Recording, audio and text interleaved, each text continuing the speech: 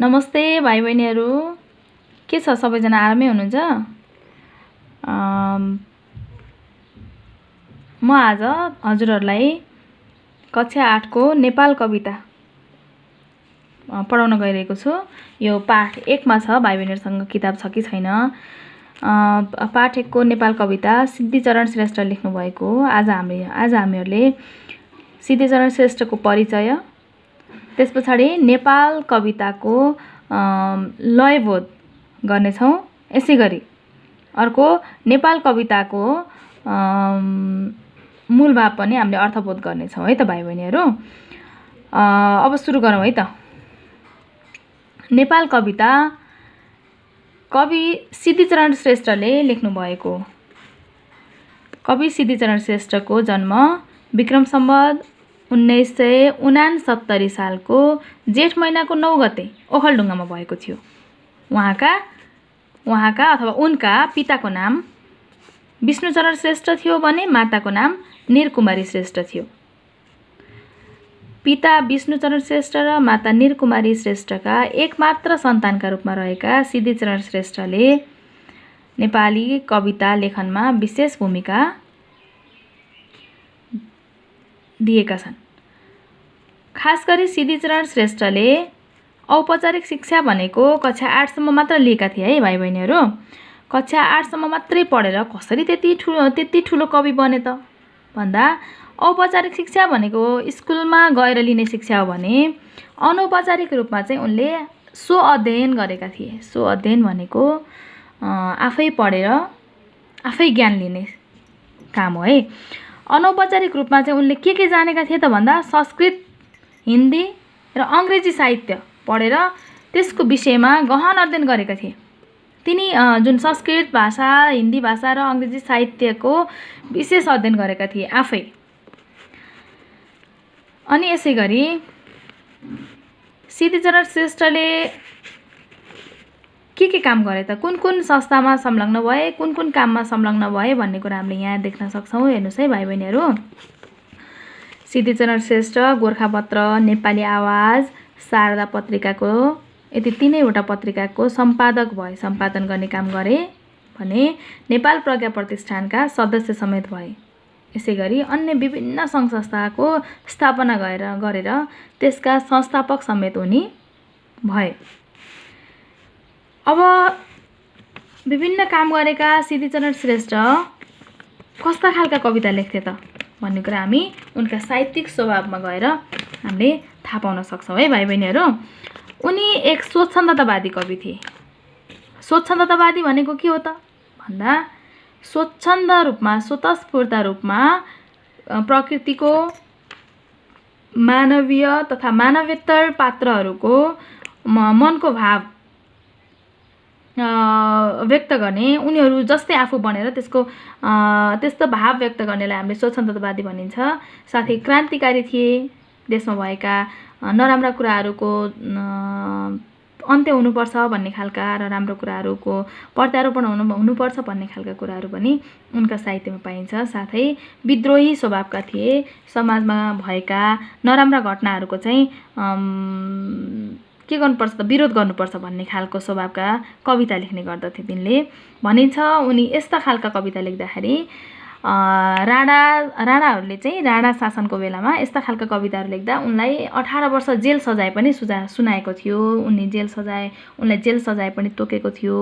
त्यस्तो राणा शासनको बेलामा पनि यो राणा शासन ठिक छैन, यसको अन्त्य गर्नुपर्छ भन्ने खालका विद्रोही स्वरमा उनले कविता लेखेका थिए। अनि उनी प्रकृति प्रेमी, अब हामीले नेपाल कवितै हामीले हेरेर पनि उनी कतिको प्रकृति प्रेमी थिए भन्ने खालका कुराहरू थाहा पाउन सक्छौँ। हजुरहरूले सुनेकै हुनुपर्छ। अर्को ओखलढुङ्गा, मेरो प्यारो ओखलढुङ्गा भन्ने उनको अति नै प्रसिद्ध कविता छ हैन, जहाँ उनी आफ्नो जन्मभूमिलाई, आफ्नो ठाउँलाई चाहिँ सम्झेर कविता लेखेका छन्। यो नेपाल कविता पनि एउटा देशप्रेमले ओतप्रोत भएको कविता हो हैन। अनि त्यस पछाडि यसरी हामीले उनलाई देशप्रेमी कवि र प्रकृति प्रेमी कविका रूपमा पनि हामीले चिन्न सक्छौँ। साथै उनले समाजमा भएका विसङ्गति, विषमता, विसङ्गति भनेको नराम्रा जुन संस्कारहरू छन्, नराम्रा जुन व्यवहारहरू छन्, जुन समाजमा अपाच्य हुने खालका, समाजले पचाउन नसक्ने खालका व्यवहारहरू हुन्, जुन हुनुपर्ने त्यो नभएका व्यवहारहरू हुन्, त्यसलाई विसङ्गति भनिन्छ। त्यस्ता विसङ्गति साथै धनी गरिब, उँचो निचो तथा जातभातका नाममा चाहिँ उपल्लो जात, तल्लो जात भनेर जुन समाजमा भएका मानिसले मानिसकै व्यवहार, यसरी मानिसले मानिसलाई मानवकै व्यवहार गर्नुपर्ने कुरा उनका कवितामा हामीले सन्देशका रूपमा पाउन सक्छौँ भाइ बहिनीहरू। यसरी उनका कविता एउटा प्रकृतिप्रेमी, देशप्रेमी अनि समाजको विसङ्गति र विषमताको विरुद्धमा बोल्ने, साथै मानवताको पक्षमा बोल्ने खालका कविताहरू उनले रचना गरेका छन्। र उनका अन्य कविता मात्र नभएर अन्य साहित्यिक स्वभावहरू सबै त्यस्ता खालका छन् भनेर भन्न सकिन्छ है। अनि अर्को छ, उनले अब कस्ता कस्ता खालका कविताहरू लेखेका छन् त, के लेखेका छन् त, उनका साहित्यिक कृतिहरू के हुन् त भन्ने खालका यहाँ छ। कोपिला, मेरो प्रतिबिम्ब, कुहिरो र घाम आदि उनका कविता सङ्ग्रह हुन् भने उर्वशी, भीमसेन थापा र मङ्गलमान चाहिँ खण्डकाव्य हुन् भाइ बहिनीहरू। अनि अर्को उनको चाहिँ अर्को कृति भनेको बलिवध भन्ने पद्य नाटक छ। पद्य नाटक भनेको चाहिँ बोलीचालीको भाषामा सामान्य तरिकाले गर्ने नाटक नभइकन एउटा कवितामय नाटक, गीति नाटक पनि भन्न सकिन्छ। कवितामय नाटक बलिवध उनको साहित्यिक योगदान हो। अनि त्यस पछाडि अर्को कुरा के छ नि भने भाइ बहिनीहरू, समाजलाई सचेतताको सन्देश दिने भएकाले जति बेलाको समाज थियो, उनले जुन उनका कविताहरू लेख्ने समय थियो त्यति बेला राणा शासन थियो। राणा शासनको अन्त्य हुनुपर्छ, समाजका युवा वर्गहरू तथा सम्पूर्ण वर्गहरू चाहिँ यसको विरुद्धमा जानुपर्छ, यो राम्रो शासन चाहिँ होइन भन्ने खालको जुन कुरा छ, उनका कविताका मार्फतमा तिनीहरूलाई जनचेतना जगाएको, सन्देश दिएको दिने खालका कविताहरू चाहिँ उनले रचना गरेका हुनाले चाहिँ सिङ्गो युगलाई चाहिँ सन्देश दिने, अब उनका कविताहरू पढ्ने बित्तिकै एउटा छुट्टै खालको मन छुने जुन सन्देश दिने, यस्तो पो हुनुपर्ने हो त, यस्तो भइरहेको छ, जुन गलत छ भन्ने खालका कुराहरू छन् नि भाइ बहिनीहरू। त्यस्तो यो गलत कुराहरूको ज्ञान दिएर हुनुपर्ने चाहिँ के हो त, सही चाहिँ के हो त भन्ने खालका सन्देशहरू दिने भएकाले पनि उनलाई एउटा युग कविको उपाधि समेत उनलाई दिएको छ हैन। उनका सम्मान तथा पुरस्कारमा उनलाई युग कवि भनेर चिनिन्छ। युगको कवि, सम्पूर्ण युगलाई चेतना मार्फत डोर्याउने भएकाले उनलाई युग कविको सम्मान दिएको छ। साथै उनले त्रिभुवन पुरस्कार समेत पाएका छन्। साथै पृथ्वी प्रज्ञा पुरस्कार, वेदनिधि पुरस्कार, गोर्खा दक्षिण बाहु पुरस्कार, साथै अन्य धेरै पुरस्कारहरू मैले यहाँ यति नै मात्रै लेखेको छु, धेरै पुरस्कारहरूले सम्मानित भएका छन् भने यस्ता युगलाई नै एउटा हुन्छ नि जनचेतनाको भाव जगाउने खालका युग कविको मृत्यु चाहिँ विक्रम सम्वत 2049 सालको जेठ महिनाको 22 गते भएको थियो। भाइ बहिनीहरू, हामीले अब कवि सिद्धिचरण श्रेष्ठको परिचय, सामान्य परिचय त पाइसक्यौँ। अब हामीले नेपाल कविताको लयबद्ध वाचन गर्नेछौँ। लयबद्ध वाचन गर्नको लागि यो कविता कुन छन्दमा रचना गरिएको छ भन्ने खालको कुराहरू थाहा पाउनुपर्छ। यो कविता उपजाति छन्दमा रचना गरिएको छ। उपजाति छन्द अन्तर्गत 11 अक्षर अथवा 12 अक्षर हुन्छन्। अब यहाँ हामीले अक्षर गनौँ है त, आधा अक्षर गनिँदैन। सिङ्गो अक्षर गर्दाखेरि यहाँ कति अक्षरको छ, नेपाल 3, अनि यो आधा गनिँदैन, 4, 5, 6, 7, 8, 9, 10, 11 अक्षरको रहेछ। यो 11 वा 12 अक्षरको उपजाति छन्द हुन्छ भने 11 अक्षर छ, यो 11 अक्षरको रहेछ। यसमा नेपाल प्यारो 5औं अक्षरमा गएर चाहिँ के हुन्छ त भन्दा विश्राम हुन्छ। अब यो यसको खास छन्द थाहा पाएर हामीले यसको विश्राम कहाँ हुन्छ, यसको गति कसरी हामीले लिने, विश्राम कहाँ गएर त्यसको गति अगाडि बढाउने, अनि गति, यति र लय कस्तो खालको गराउने भन्ने खालको हामीले यसबाट थाहा पाउनुपर्छ। 5औं अक्षरमा गएर अलिकति विश्राम हुन्छ र अनि त्यसपछि हामीले यसको वाचन गर्नुपर्छ। यसको वाचन पटक पटक गर्नुपर्छ भाइ बहिनीहरू। कविता वाचन गरेर सकेसम्म यसलाई नहेरिकन भन्न सक्ने भयो भने हामीले यस्तै खालका अन्य कविताहरू पनि रचना गर्न सकिन्छ भाइ बहिनीहरू। कविताको मूल एउटा उद्देश्य भनेको एउटा चाहिँ भाषाको ज्ञान हुनु हो। जस्तै अब यहाँनिर अब कवितामा एउटा शब्दमा धेरै कुराहरू लुकेर रहेको हुन्छ कवितामा विशेष गरी है। अनि प्रतीकात्मक भाषाहरू हुन्छन् भनेको एउटा भनिरहेको छ त्यसले अर्को कुराको चित्रण गरेको हुन्छ, त्यस्ता खालका कुराहरू कवितामा हुन्छन् हैन भाइ बहिनीहरू। त्यसकारणले यस्ता कविताबाट चाहिँ हामीले शब्द भण्डार बढाउन सक्छौँ। एक दोस्रो कुरा चाहिँ कविताको अर्को उद्देश्य भनेको कविता जस्तै कविताहरू अथवा साहित्यको सिर्जना गर्न सक्ने पनि हुनुपर्छ। साहित्य सिर्जना गर्नको लागि पहिला यसको चाहिँ लयबोध भयो भने कहाँनिर विश्राम हुन्छ, कहाँनिर गएर चाहिँ टुङ्गिन्छ भन्ने कुरा थाहा पायो भने हामीले पनि त्यस्तै लय बनाएर शब्दहरू संयोजन गरेर हामीले कविता रचना गर्न सक्छौँ। त्यसकारणले यसमा चाहिँ हामीले लयबोध चाहिँ अपरिहार्य मानिन्छ। अब मैले भाइ बहिनीहरू यो कविता वाचन गर्छु। मैले दुईचोटि वाचन गर्नेछु। एउटा यो सुरुको जुन छ यहाँनिर भाइ बहिनीहरू हेर्नुहोस् है। पहिलो यो जुन लाइन छ, लाइन भने मैले यसलाई चाहिँ पाउ भन्छ। दोस्रो पाउ, तेस्रो पाउ, चौथो पाउ, यसरी 4वटा पाउ मिलेर एउटा श्लोक बनेको हुन्छ है। एउटा श्लोकमा कवितामा 4वटा पाउ हुन्छन् छन्दयुक्त कवितामा है भाइ बहिनीहरू। अब यो श्लोकमा कसरी वाचन गर्न सकिन्छ र अब के छ, अब म पहिला वाचन गर्छु, भाइ बहिनीहरूले ध्यान दिएर सुन्नु होला र मैले जस्तै वाचन गर्ने कोसिस गर्नु होला है त घरमा। नेपाल प्यारो र पवित्र देश, सौन्दर्य धारा बहने अशेष। हेर्नुहोस् है, नेपाल प्यारो भनेर मैले 5औंमा विश्राम लिएँ र त्यस पछाडि गति लिएँ। अनि सौन्दर्य यो नको गनिँदैन, 1 2 3 4 5, फेरि 5औंमा मैले विश्राम लिन्छु, त्यस पछाडि गति लिन्छु। हेर्नुहोस् है त, फेरि म यसलाई भन्छु। नेपाल प्यारो र पवित्र देश, सौन्दर्य धारा बहने अशेष।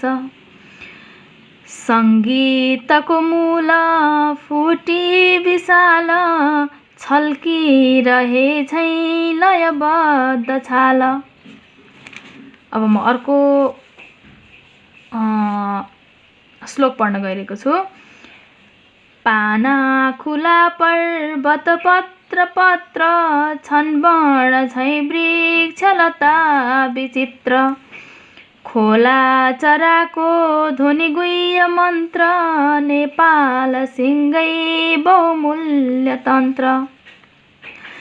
पाना खुला पर्वत पत्र पत्र, छन् वर्ण झैँ वृक्ष लता विचित्र। खोला चराको ध्वनि गुह्य मन्त्र, नेपाल सिंगै बहुमूल्य तन्त्र। नयाँ जीत अनेक जोड्दै, यो देशको इज्जत मान थप्दै। यहाँनिर बिग्रे भाइ बहिनीहरू। यसलाई म फेरि भन्छु है भाइ बहिनीहरू एकचोटि। नयाँ जीत अनेक जोड्दै, यो देशको इज्जत मान थप्दै। ज्यामी सिपाही र किसान सारा, छन् आज हाम्रा बलिया सहारा। यो देशको सिर्जनाका निमित्त, पुर्खाहरूको पसिना र रक्त। हाम्रो बहेको छ नशा नशामा, डोहोर्याउँदै स्वर्ग छुने दिशामा। यो देशको सिर्जनाको निमित्त पुर्खाहरूको पसिना र रक्त हाम्रो बहेको छ नसा नसामा डोर्याउँदै स्वर्ग छुने दिशामा। विपत्ति पर्दा पनि हाँसी हाँसी तयार भई चढ्न समेत फाँसी। बाँचे बचाए र रमे रमाए सङ्घर्षले यो मुलुकै जगाए। यसरी भाइ बहिनीहरू हामीले यसको वाचन गर्न सक्छौँ। भाइ बहिनीहरू यस्तै खालको वाचन गर्नुपर्छ भन्ने भन्दा पनि अब भाइ बहिनीहरूलाई अझै राम्रो तरिकाले पनि वाचन गर्न आएको हुनसक्छ, आफ्नो तरिकाले पनि वाचन गर्न सक्नुहुन्छ। तर लय थाहा भयो भने, खास गरी लय थाहा भयो भने चाहिँ हामीलाई सजिलो हुन्छ। ल है त भाइ बहिनीहरू, अब हामीहरूले नेपाल कविताको व्याख्या गर्नेछौँ। यसमा व्याख्या गर्दा हामीले शब्द र अर्थसहितको व्याख्या गर्नेछौँ है त। मैले यसको व्याख्या पनि गर्नेछु र यसका प्रत्येक शब्दहरूका के अर्थ हुन्छ भन्ने पनि मैले यहाँ टिक लगाउँदै गर्दै गर्नेछु भाइ बहिनीहरू। भाइ बहिनीहरूलाई मसिनो पेन डट पेनहरूले मसिनो अलि देखिन्न कि भनेर मैले यो इङ्क पेन युज गरिरहेको छु, अन्यथा नसोच्नु होला। ल, नेपाल प्यारो र पवित्र देश, सौन्दर्य धारा बहने अशेष। अशेष भनेको के हो त भाइ बहिनीहरू? अशेष भनेको सबै, समस्त हैन। अब यो अशेष भन्ने शब्दको अर्थ भनेको सबै अथवा समस्त अथवा केही पनि बाँकी नरहिकन भन्ने हुन्छ है। अशेष, शेष भनेको बाँकी, अशेष भनेको बाँकी नै नरहेर सबै। अनि सङ्गीतको मूल फुटी विशाल छल्किरहे चाहिँ लयबद्ध छाला भनेको छ। अब यहाँ यो चारैवटा पाउले के भन्न खोजेको छ? समस्तमा एउटा अक्षरको एउटा पाउको व्याख्या गर्नुभन्दा पनि यो सम्पूर्णको म एकैचोटि गर्दैछु। नेपाल एउटा प्यारो देश हो, पवित्र देश हो हैन। हामीलाई नेपाल प्यारो नलाग्ने कुरै भएन। यहाँका मन्दिर, मस्जिद, चर्च, गुम्बा, सम्पूर्ण जात जाति, धर्म, भाषा, संस्कृतिका रहेका जुन आधारहरू छन्, जुन उहाँहरूले मान्ने धर्महरू छन्, तिनले गर्दाखेरि पनि यो देश अत्यन्त पवित्र छ। यहाँ चाहिँ के छन् त भन्दा हिमाल र पहाडदेखि जुन बगेका खोला नाला नदी लहर छाँगा छहरा जेसुकै छन् तिनीहरू चाहिँ अत्यन्तै सौन्दर्यपूर्ण रूपमा नेपाललाई सजाउँदै बगेका छन्। सजाउनको लागि कुनै पनि बाँकी छैनन्। उनीहरूले जुन छाँगा छहरा खोला नाला आदि चाहिँ एउटा सङ्गीतको मूल फुटाइ जस्तै गरी छल्किँदै एउटा लयबद्ध तरिकाले बहेका छन्, जसले गर्दा सुन्दाखेरि पनि आनन्द लाग्ने खालका एउटा सङ्गीतमय रूपमा तिनीहरू बहेका छन्। त्यसकारणले नेपाल हाम्रो प्यारो पनि छ। तिनै छाँगा छहराले पवित्र पनि बनाएका छन्, मन्दिर मस्जिदहरूले गर्दाखेरि पनि पवित्र बनाएका छन्। त्यसकारणले नेपाल प्यारो छ, सुन्दर छ। यहाँ का झरना, छाँगा छहरा, खोला नाला आदिले चाहिँ सङ्गीतमय वातावरण सिर्जना गरेका छन्, जुन लयबद्ध रूपमा छाल पर्दाखेरि कति राम्रो देखिन्छ नि, त्यस्तै चाहिँ हाम्रो देशको जुन हिमाल, पहाड र तराई देखिन्छ, त्यो पनि एउटा लयबद्ध छाल जस्तो देखिन्छ भाइ बहिनीहरू। त्यसकारणले नेपाल अत्यन्त सुन्दर छ, प्यारो छ र पवित्र देश पनि छ र राम्रो छ भनेर यो पहिलो श्लोकले भनेको छ। र हामी दोस्रो श्लोकमा जाँदैछौँ भाइ बहिनीहरू। पाना खुला पर्वत पत्र छन् वर्ण झैँ वृक्ष लता विचित्र भनेको छ। अब यो पर्वत भनेको के हो त भन्दा पहाडहरू, हिमगिरीहरू हुन् हैन। वर्ण भनेको के हो त भन्दा एउटा वर्णलाई रूप भन्ने बुझिन्छ यो वर्णलाई भने, अर्को चाहिँ वर्ण भनेको अक्षरहरू भन्ने पनि बुझिन्छ।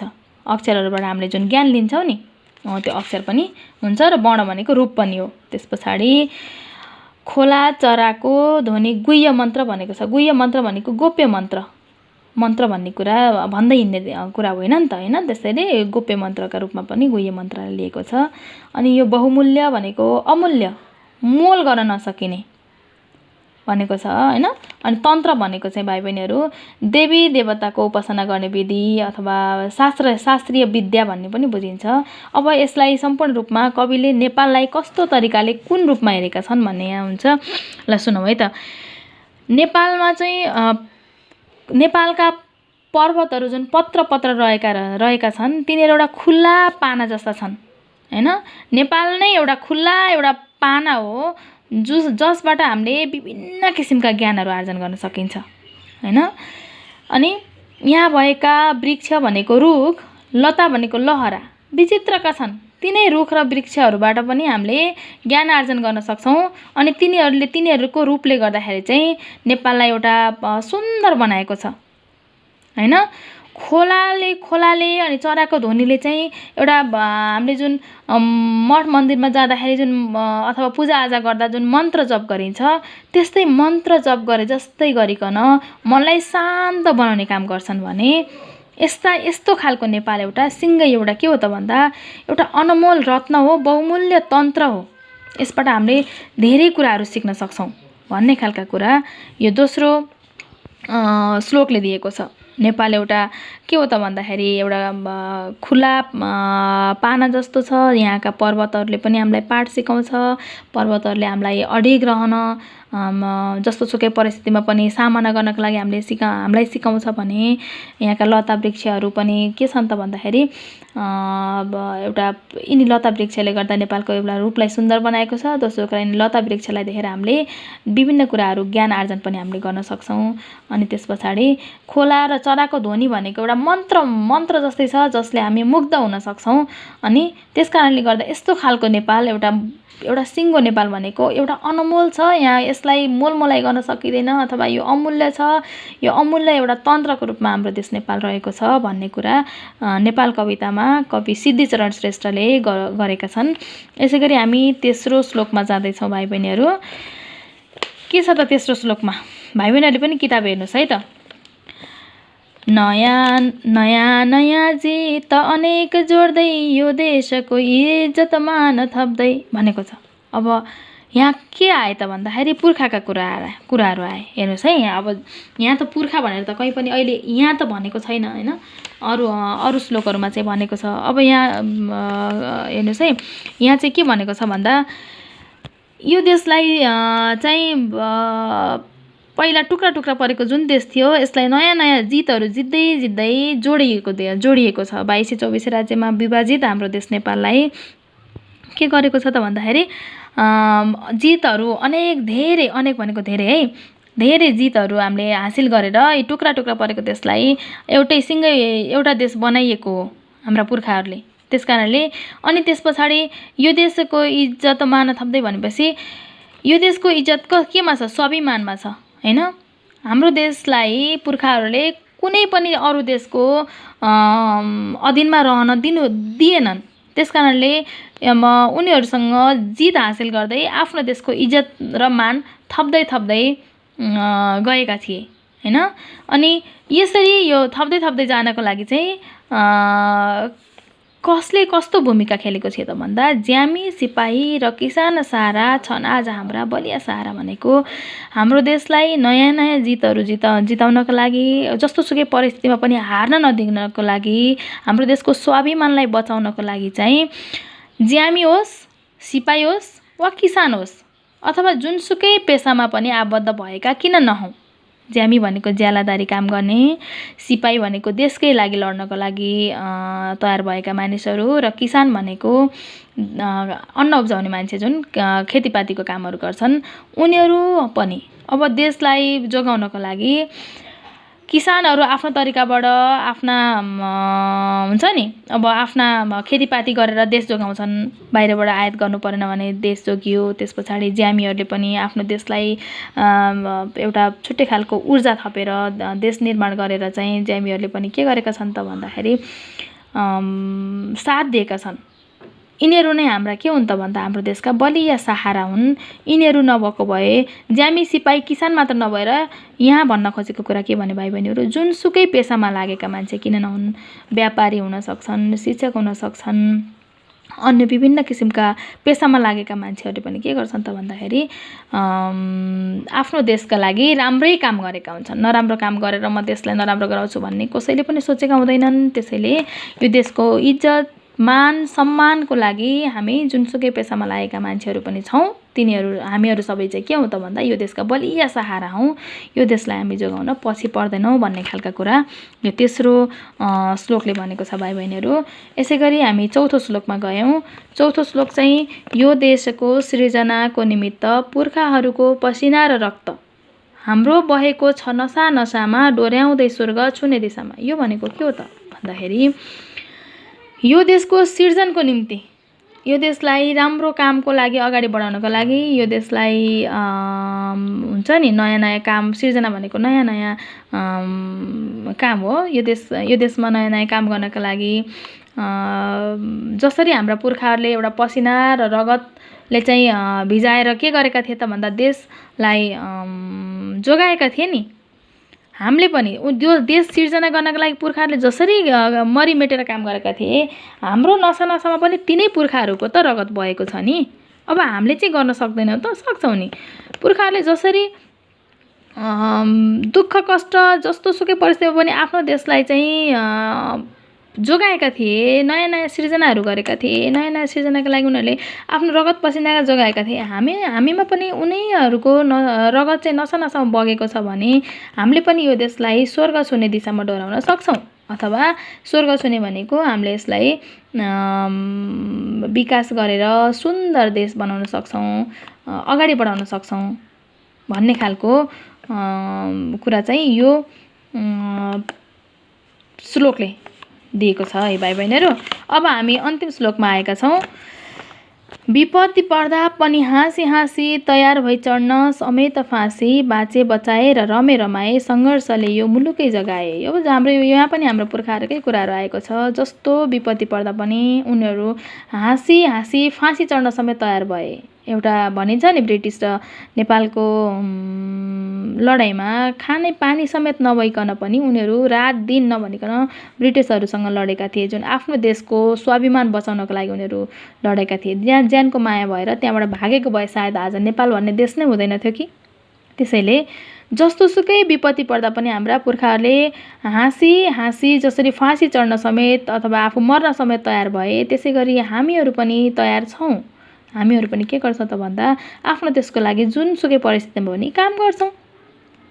जसरी पुर्खाहरू बाँचे, अरूलाई बचाए, आफूहरू रमेर रमाए हैन, अनि यो सङ्घर्ष गरेर यो देश यो मुलुकलाई जगाए, यो मुलुकलाई बनाए, त्यसै गरी हामी पनि आफू पनि बाँचौँ, अरूलाई पनि बाँच्न दिउँ। अरूलाई दुःख कष्ट दिएर आफू मात्रै रमाएर बाँचेर केही फाइदा छ त छैन नि। त्यसकारणले हामी पनि बाँच्नुपर्छ, अरूलाई पनि बाँच्न दिनुपर्छ, आफू पनि रमाउनुपर्छ र अरूलाई पनि रमाउन दिनुपर्छ हैन। त्यसकारणले गर्दाखेरि हामीले जस्तोसुकै परिस्थितिमा पनि के गर्नुपर्छ त भन्दा आफ्नो देशको लागि ज्यान दिन तयार हुनुपर्छ र सङ्घर्ष गर्न कहिल्यै पनि छोड्नु हुँदैन। जुन पुर्खाहरूले गरेर चाहिँ हाम्रो देश अहिले बचेको छ त्यो काम चाहिँ हामीले के गर्नुपर्छ त भन्दा अहिले पनि हामीले त्यो काम गर्न छोड्नु हुँदैन भन्ने खालको कुराहरू यस श्लोकमा भनिएको छ। ल त है भाइ बहिनीहरू, अब हामी सिँगै यो सम्पूर्ण जुन नेपाल कविता छ त्यसको मुख्य भाव के छ त। अब यहाँ हामीले त अहिले एउटा श्लोकको हामीले वर्णन गऱ्यौँ। अब यो टुक्रा टुक्रा परेको वर्णनले गर्दाखेरि श्लोकका भित्रका जुन शब्दका अर्थहरू छन् तिनीहरूको मात्रै हामीले चाहिँ सामान्य जानकारी भयो भने, अब यसको मुख्य कुरा के हो त। नेपाल कविता सिद्धिचन्द्र श्रेष्ठले कुन मूल भावमा लेखेका छन् त, के भन्न खोजेको त यो कविताले भन्ने खालको कुराहरू हामी चाहिँ अब यो मुख्य भावमा गएर गर्छौँ है त। मुख्य भाव जुन छ यो म भन्दैछु, भाइ बहिनीहरूले पनि यो लेख्नुपर्ने हुनसक्छ अहिले। त्यस कारणले नेपाल कविता सिद्धिचन्द्र श्रेष्ठले लेखेको कविता हो हैन। अब यो उपजाति छन्दको कविता छ, त्यो मैले अघि नै भनिसकेँ। यो नेपाल कवितामा के छ भन्दा नेपाल हाम्रो एउटा प्यारो देश हो, पवित्र देश हो। यहाँका छाँगा छहरा खोला नाला आदि ले चाहिँ के छ त, आदिले चाहिँ हाम्रो देशलाई सुन्दर बनाएका छन्, यसलाई सजाएका छन्। अनि त्यसपछि यहाँका जुन खोला नालाका जुन छालहरू छन् ती सङ्गीतमय छन् हैन। तिनले गर्दाखेरि अत्यन्त मिठा ध्वनि उत्पादन गरेर चाहिँ सुनिरहँ जस्तो लाग्ने मन्त्रमुग्ध बनाउने खालका जुन ध्वनिहरू छन् तिनीहरू हाम्रो देशका खोला नालाले उत्पादन गरेका छन् भन्ने खालको छ भने हाम्रो देश एउटा खुल्ला पत्र जस्तो छ, खुल्ला ज्ञान लिने ठाउँ जस्तो छ। नेपाल हिमाल छ यहीँ, पहाड यहीँ छ, तराई यहीँ छ। सायदै होलान् धेरै जसो मुलुक नै छैनन् कि हिमाल पहाड तराई एउटै देशमा भएको। हिमालको बारेमा जान्न चाहे पनि हामीले यही देशबाट थाहा पाउन सक्छौँ, अर्को देशमा जानु पर्दैन। पहाडको बारेमा र तराईको बारेमा, जुनसुकै ठाउँको बारेमा, जुनसुकै ठाउँका बासिन्दा, जुनसुकै ठाउँका चाहिँ रहन सहन आदि विभिन्न जे जान्न चाहे पनि हामीले आफ्नै देशभित्र पाउँछौँ हैन। यहाँ भएका प्रत्येक वृक्षहरू लहराहरू एउटा जडीबुटीको जस्ता छन्, जडीबुटी जस्ता छन्। तिनको अध्ययन गरेर हामीले धेरै ज्ञान लिन सक्छौँ हैन। अनि यहाँका खोला नाला साथै चराचुरुङ्गीका ध्वनिहरू पनि के छन् त भन्दा मन्त्रमुग्ध बनाउने खालका छन्। त्यसकारणले नेपाल एउटा बहुमूल्य रत्न हो। यो यसको मूल्य नै गर्न सकिन्न भन्ने खालको कुराहरू पनि नेपाल कवितामा आएको छ। अनि त्यस पछाडि अर्को छ, देश निर्माणका लागि यस देशका ज्यामी, किसान, सिपाही साथसाथै अन्य पेसामा जुनसुकै पेसामा रहेका एउटा कर्मशील नेपालीहरू छन्, यस देशका बलिया सहारा हुन् हैन। यिनीहरूकै योगदानले गर्दा आज देश एउटा उन्नतिको शिखरमा चढिरहेको छ। यस देशलाई पुर्खाले रगत पसिना बगाएर सिर्जना पनि गरेका छन् हैन। यसरी सिर्जना गरेका छन् भने हाम्रो पनि नसा नसामा तिनै पुर्खाहरूको पसिना र रगत बगेको छ भने हामी पनि यो देशलाई उन्नतिको दिशामा अगाडि बढाउनका लागि किन पछि पर्ने त? हामी पछि पर्नु नै हुँदैन हैन। स्वर्ग सुने बाटोमा हामीले डोराउनु पर्दछ। यिनै कुराहरू यस नेपाल कवितामा रहेको छ हैन। अनि त्यस पछाडि अर्को छ, जस्तो सुकै विपत्ति पर्दा, जस्तो सुकै आपद पर्दा पनि हामी हाँसी हाँसी मृत्युवरण गर्न हरदम तयार रहनुपर्छ। किनभने हामी वीर योद्धा हैन, नेपाल आमाका वीर सपुतहरू हौँ नि त। जसरी हाम्रा शहीदहरूले नेपाललाई जोगाउनको लागि एउटा बलिदान दिए हैन। अनि उनीहरूको बलिदानले गर्दा अहिले हामी जनताहरू बाँचेका छौँ। अब यस्तै बलिदान यदि हामीलाई दिन पर्यो भने पनि हाम्रा भावी सन्ततिका लागि हामी त्यो काम गर्नका लागि पछि हट्नु हुँदैन। त्यसकारण हामी सम्पूर्ण नेपालीहरू हाम्रा पुर्खाहरू र वीर शहीदहरूको बलिदानलाई आत्मसात गर्दै यस देशको उन्नति, प्रगति हैन र सुन्दरतालाई कायम राख्नका लागि अगाडि बढ्नुपर्छ। यस देशको इज्जत, मान, सम्मान, प्रतिष्ठालाई ठेस पुग्ने खालका कुनै पनि कार्यहरू गर्नु हुँदैन। यसलाई सबैले जोगाउनुपर्छ र हामी नेपाल र नेपालीको जुन खुसी छ त्यो खुसीलाई हराउन दिनु हुँदैन र खुसी साथ हामी पनि बाँच्नुपर्छ र अरूलाई पनि बचाउनुपर्छ भन्ने मूल भाव यस नेपाल कविताबाट पाइन्छ। भाइ बहिनीहरू, यसरी हामीले यस कविताको मूल भाव पनि थाहा पायौँ। अब हामीले के गर्ने त? अब गृह कार्य त चाहियो हैन भाइ बहिनीहरू। गृह कार्य छ, यहाँ हेर्नुहोस् त, यहाँ नेपाल कवितालाई लयबद्ध रूपमा पढ्नुहोस्। हजुरहरूले सकेसम्म यसलाई कण्ठै बनाएर पढ्नुभयो भने लय आफ्नो तरिकाले लय पनि हाल्न सक्नुहुन्छ। त्यो हजुरहरूले पढ्नै पर्ने हुनेछ भाइ बहिनीहरू है। अनि त्यस पछाडि अनि लेख्ने के त? लेखेर अनि फोटो खिचेर चाहिँ मलाई मेसेन्जरमा पठाउन सक्नुहुनेछ। हजुरहरूले कस्तो लेख्नुभयो त्यसको कमेन्ट मार्फत मैले हजुरहरूलाई जुन सुझाव दिनुपर्ने छ त्यो सुझाव दिनेछु। नेपाल कविताको मूल भाव लेख्नुहोस् ल भाइ बहिनीहरू। यो चाहिँ आजको गृह कार्य। आजको पढाइ यहाँहरूलाई कस्तो लाग्यो? अब भाइ बहिनीहरू नबुझेको कुरा छ भने मलाई सिधै मेसेन्जरमा प्रश्न सोधेर पठाउन सक्नुहुनेछ र कपीमा लेखेर फोटो खिचेर पनि पठाउन सक्नुहुनेछ है भाइ बहिनीहरू। ल आजलाई चाहिँ यति नै। यति बेर धैर्यताका साथ हेरिदिनु भयो हजुरहरूलाई धेरै धेरै धन्यवाद। हस् त नमस्कार।